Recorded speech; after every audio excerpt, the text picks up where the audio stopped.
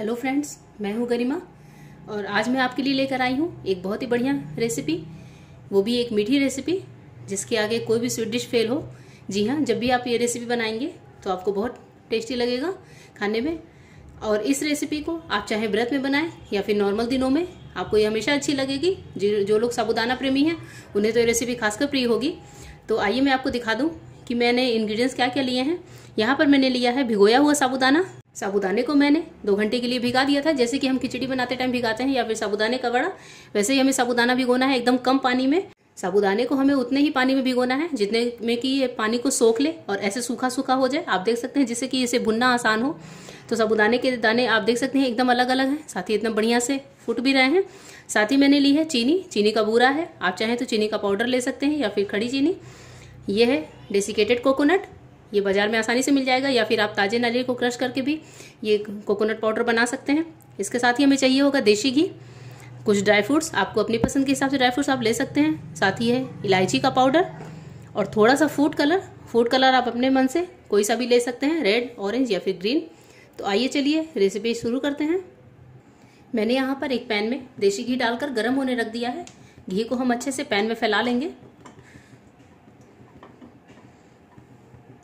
घी गर्म हो गया है तो अब मैं यहाँ पर काजू और बादाम डाल दूंगी।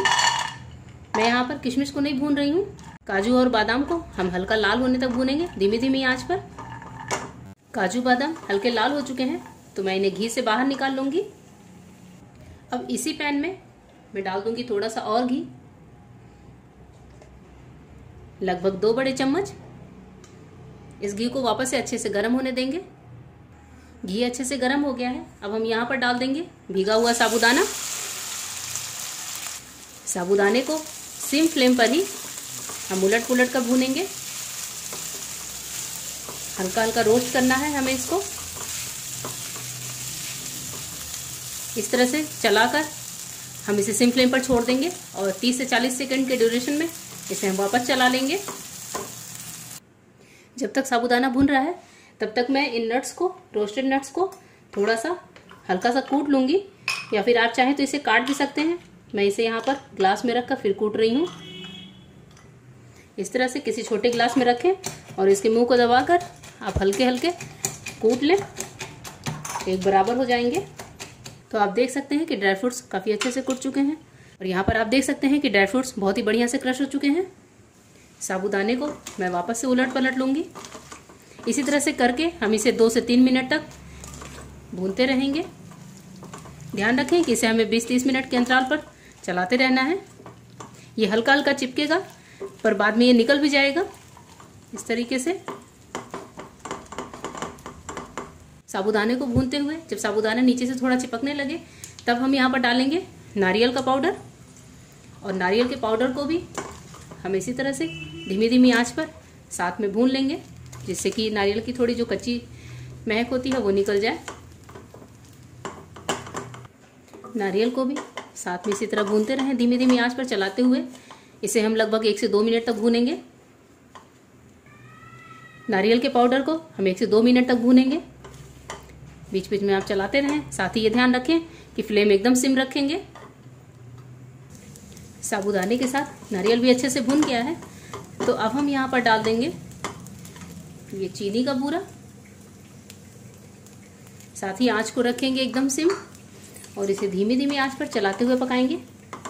चीनी अपने आप मेल्ट होती रहेगी और मिक्सचर बराबर हो जाएगा। तो इसे हम धीमी आंच पर छोड़ देंगे और बीच बीच में चलाते रहें। चीनी का बूरा धीरे धीरे मेल्ट हो रहा है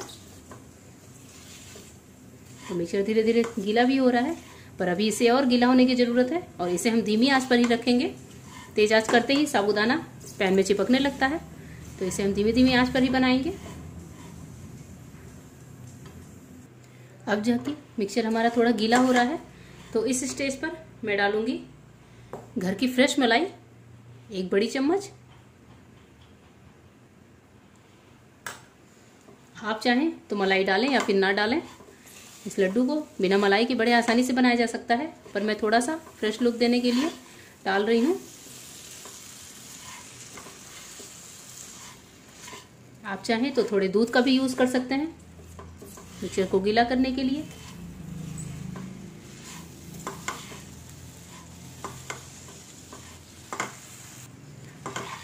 आप देख रहे होंगे कि मलाई डालते ही मिक्सचर बहुत अच्छे से इकट्ठा होने लगा, साथ ही गीला भी दिखने लगा है। और आप ध्यान रखें कि इस पूरे लड्डू को हमें धीमी धीमी आंच पर ही बनाना है। तो यहाँ पर भी मैंने आंच को धीमा ही रखा है, जिससे मलाई भी बहुत अच्छे से गल जाएगी। मिक्सचर काफ़ी अच्छे से गीला हो चुका है, इकट्ठा हो चुका है। तो अब यहाँ पर मैं डालूंगी बहुत ही थोड़ा सा फूड कलर। आप फूड कलर कोई सा भी ले सकते हैं। मैं यहाँ पर ऑरेंज फूड कलर डाल रही हूँ। आप चाहें तो येलो या ग्रीन का भी यूज़ कर सकते हैं, या फिर आप बिना फूड कलर के भी इस लड्डू को बड़े ही आराम से बना सकते हैं।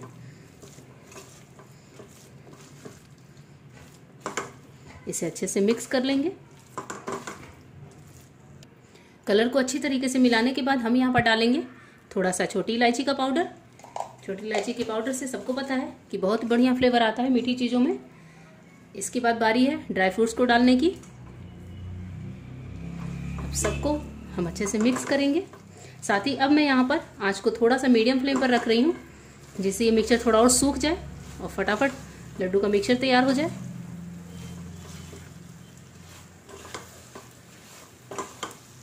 बहुत ही अच्छे से फटाफट इसको चलाते जाएंगे, जिससे मिक्सचर लगने ना पाए और सूखने भी लगे।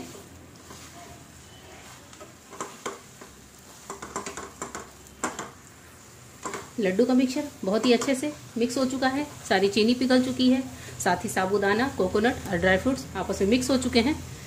तो अब हम यहाँ पर गैस को बंद करेंगे और इस मिक्सचर को इस बर्तन में ही थोड़ी देर के लिए छोड़ देंगे, जिससे ठंडा हो जाए, या फिर आप इसे किसी दूसरे बर्तन में भी शिफ्ट कर सकते हैं। मैं यहाँ पर इसी में ही इसे छोड़ूंगी 15 से 20 मिनट के लिए, जिससे मिक्सचर थोड़ा ठंडा हो जाए।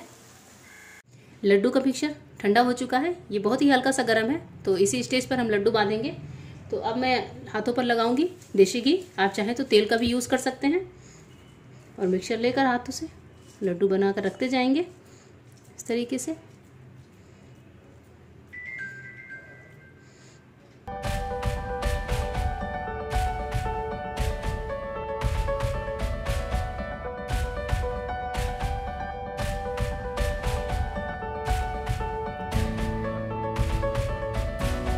तो यहाँ पर आप देख सकते हैं फ्रेंड्स कि मैंने यहाँ पर सारे लड्डू बनाकर तैयार कर लिए हैं। 1 कप साबूदाने में इतने लड्डू तैयार हुए हैं। इन लड्डुओं को भोग नवरात्रि में आप माँ को लगाएं या फिर घर वालों को बनाकर खिलाएं। मेहमान आए तो स्वीट डिश रूप में बनाकर आप इसे सर्व कर सकते हैं।